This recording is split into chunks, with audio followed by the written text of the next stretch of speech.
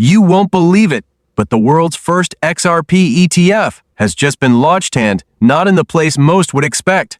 At the same time, significant developments are unfolding in the broader landscape of digital currencies, including the increasing global interest in stablecoins, central bank digital currencies, CBDC, and tokenized financial systems. Hi, I'm Monica Long, and I've got some important updates about XRP and the evolving digital asset ecosystem.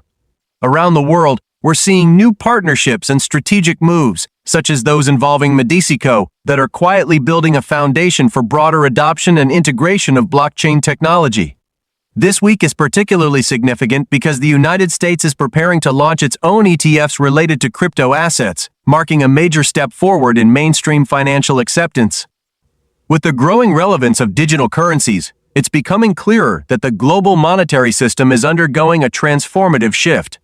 Interestingly, some previous statements from the Federal Reserve, FDIC, and OCC regarding stablecoins have recently been walked back, hinting at a reconsideration of earlier regulatory stances.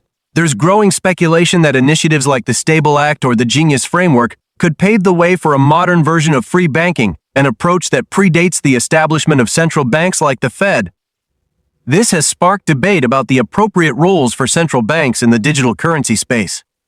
One speaker, clearly distancing himself from the role of a central banker, noted that monetary policy and decisions on digital dollar issuance should remain in the hands of Congress and the executive branch. He emphasized that the Federal Reserve should not become the de facto provider of retail banking services or be pressured into solving fiscal issues when Congress fails to act.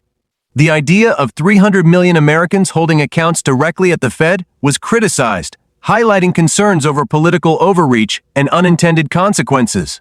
Instead, he argued that the Fed's appropriate role lies in overseeing wholesale systems, managing interbank transfers, settlement infrastructure, and ensuring systemic efficiency and stability.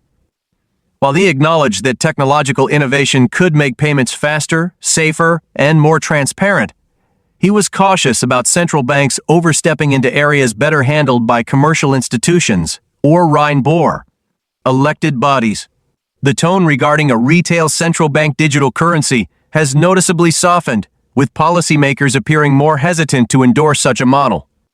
Ultimately, the speaker seemed to affirm that while digital innovation is inevitable and beneficial especially for back-end operations, and institutional finance caution must be exercised to ensure that public policy and private innovation strike the right balance without overburdening the central bank with roles it was never designed to play.